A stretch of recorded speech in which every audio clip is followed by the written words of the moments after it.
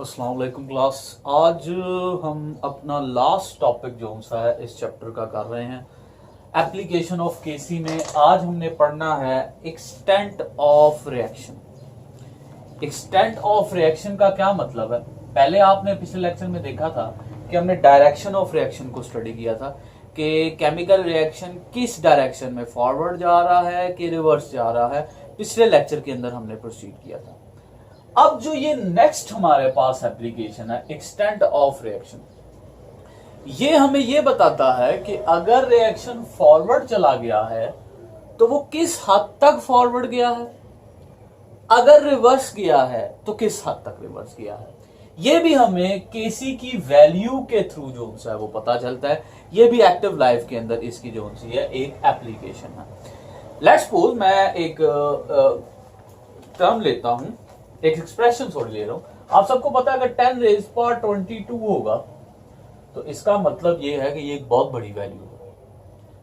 अगर 10 raise power -22 होगा तो इसका मतलब है ये वैल्यू छोटी है। अगर हमारे पास पॉइंट के अंदर है 0.59 या 0.69 इस तरह समथिंग है तो इसका मतलब ये value neither small nor large है। मतलब अगर केसी की वैल्यू कुछ ऐसे आती है तो इसका मतलब केसी की वैल्यू लार्ज है। अगर इस तरह आती है तो स्मॉल है और अगर इस तरह आ रही है तो ना स्मॉल है ना लार्ज है। अब मैं ये क्यों बोल रहा हूं? ये इसलिए बोल रहा हूं कि केसी की वैल्यू के थ्रू जितनी लार्ज होगी मीन उतना रिएक्शन एक्सटेंड हुआ है फॉरवर्ड, जितनी स्मॉल होगी मीन उतना रिएक्शन एक्सटेंड हुआ है बैकवर्ड, और जितनी स्मॉल ना नीदर लार्ज है तो इसका मतलब हमारे पास जो सा है वो इक्विलिब्रियम जो सा है वो जल्दी आ गया है, ना ज्यादा फॉरवर्ड गई है ना ज्यादा रिवर्स गई है। मेरे पास आपकी पंजाब टेक्स्ट बुक की किताब है। मैं हमेशा ये कहता हूं मैं किसी और बुक से जो सा एग्जांपल नहीं दे रहा, आपकी बुक हाथों में है। मैंने इसी वजह से आज बुक पकड़ी हाथों में ताकि आपकी बुक से आपको जो सा है वो समझा सकूं। सो फर्स्ट नंबर 1, सबसे पहले हमारे पास याद रखें सबसे पहले है large numerical value, large numerical value of KC. अब अगर एक केमिकल रिएक्शन के अंदर बहुत लार्ज वैल्यू आई है केसी की, जैसे कि ये एक्सपेरिमेंट है कार्बन मोनोऑक्साइड, केमिकल इक्वेशन है 2 मोल्स ऑफ कार्बन मोनोऑक्साइड, ये गैस है याद रखिएगा, उसके नीचे में छोटा सा झील गया हुआ, ये गैस है, ऑक्सीजन गैस के साथ मिली और हमारे पास 2 मोल्स ऑफ कार्बन डाइऑक्साइड आ गया। ये 2 मोल ऑफ कार्बन डाइऑक्साइड वापस चेंज होगी कार्बन मोनोऑक्साइड और ऑक्सीजन। ये रिवर्सेबल रिएक्शन है, फॉरवर्ड और रिवर्स। याद रखें ये सारे की सारी एप्लीकेशन इक्विलिब्रियम कांस्टेंट अप्लाई ही रिवर्सेबल रिएक्शन। कोई भी आप ऐसा रिएक्शन नहीं देखेंगे जो इरिवर्सेबल होगा, सारों को हम डबल एरो से शो करते हैं। ये फॉरवर्ड भी जा रहे हैं रिवर्स भी जा रहे हैं, मतलब रिएक्टेंट प्रोडक्ट में भी चेंज हो गया, प्रोडक्ट रिएक्टेंट। इसकी वैल्यू आई है केसी की 2.2 मल्टीप्लाई बाय 10 रेज पावर 22।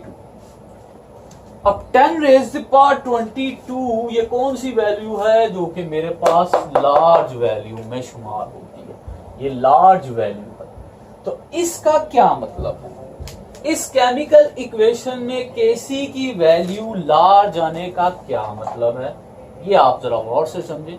इसका मतलब ये है कि केसी की वैल्यू अगर एक केमिकल इक्वेशन में लार्ज आ रही है तो इसका मतलब ये है, इट मीन दैट इस केमिकल रिएक्शन के अंदर इक्विलिब्रियम तब आया है। Equilibrium mean rate of forward and rate of reverse reaction की स्पीड जो उनकी इक्वल तब हुई है जब, याद रखें, जब हमारे पास तकरीबन सारे के सारे रिएक्टेंट प्रोडक्ट में चेंज हो गए थे, तमाम के तमाम, तकरीबन 90% या अबव द 90% रिएक्टेंट जो उनसे हैं वो प्रोडक्ट में चेंज हो गए थे।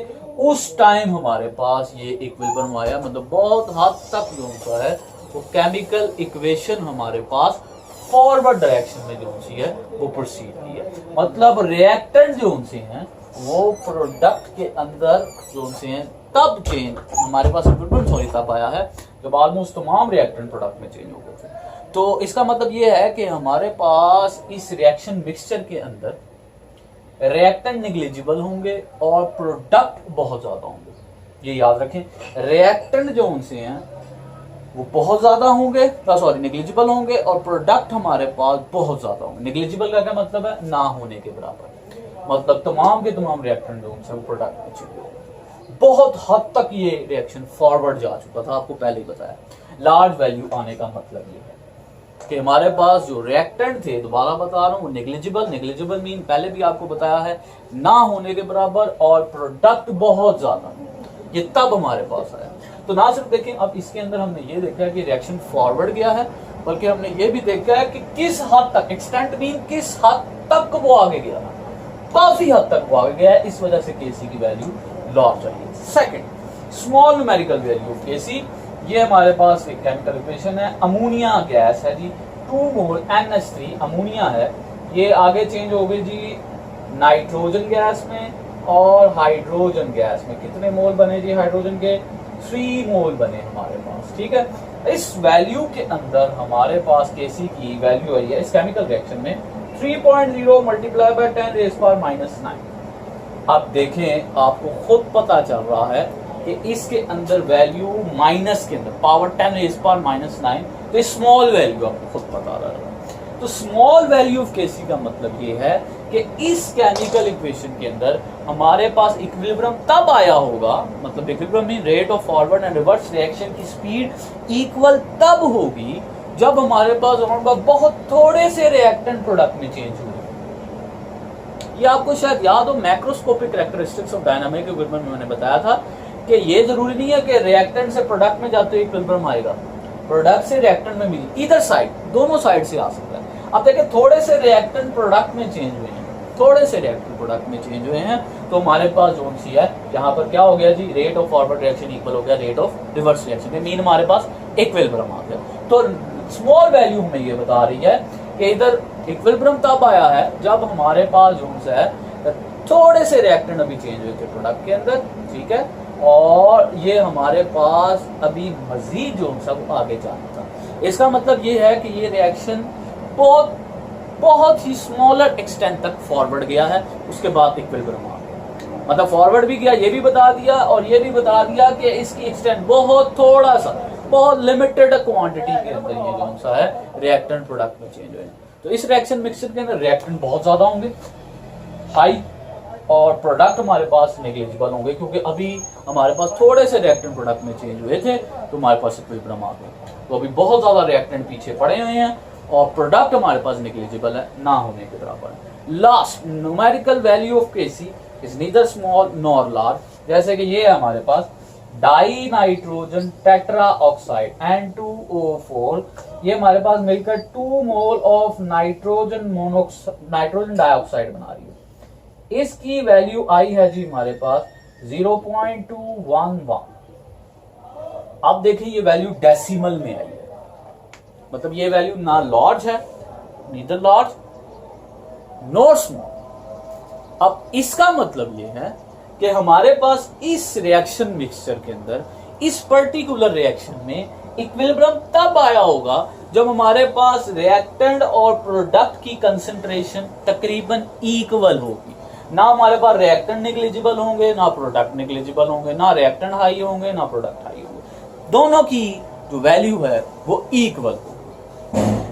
तो इसका मतलब ये है कि ये राउंड अबाउट कोई, अगर ये हमारे पास रिएक्शन जो है वो 1 घंटे में हो रहा है, 1 घंटे में ये रिएक्शन जो सा है वो हो रहा है, तो राउंड अबाउट ये आधे घंटे के बाद का बता रहा है कि फॉरवर्ड रिएक्शन जो उनसे जब गया है तो उसके अंदर रिएक्टेंट और प्रोडक्ट की जो कंसंट्रेशन है वो same, neither large nor small. का मतलब ही ये है हमारे पास कि हमारे पास ये रिएक्शन मिक्सचर के अंदर इक्विलिब्रियम तब आया है जब हमारे पास कंसंट्रेशन ऑफ रिएक्टेंट इक्वल है कंसंट्रेशन ऑफ प्रोडक्ट के, ना रिएक्टेंट ज्यादा है ना प्रोडक्ट ज्यादा। तो इन तीनों केमिकल रिएक्शन का जो सा है केसी की वैल्यू का इस्तेमाल करते हुए हमने ये देख लिया कि इन तीनों केमिकल रिएक्शन में किस हद तक रिएक्शन अगर फॉरवर्ड हुआ तो किस हद तक हुआ, रिवर्स हुआ है तो किस हद तक हुआ है, और हमें ये भी पता चल गया कि इस रिएक्शन मिक्सचर के अंदर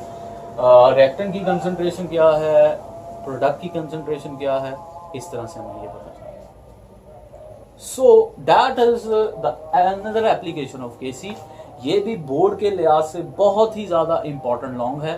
तो इस लेक्चर को अगर कोई ऐसी बात रह गई है या नहीं समझ आई तो जरूरी है कमेंट सेक्शन में भी हमें कमेंट करें, लेकिन एक दफा इस लेक्चर को रिपीट करें, क्योंकि मेरी कोशिश ये होती है कि मैं एक्सटेंसिवली हर कंसेप्ट को जो सा वो टच करूं और हर एक एक बात बताऊं।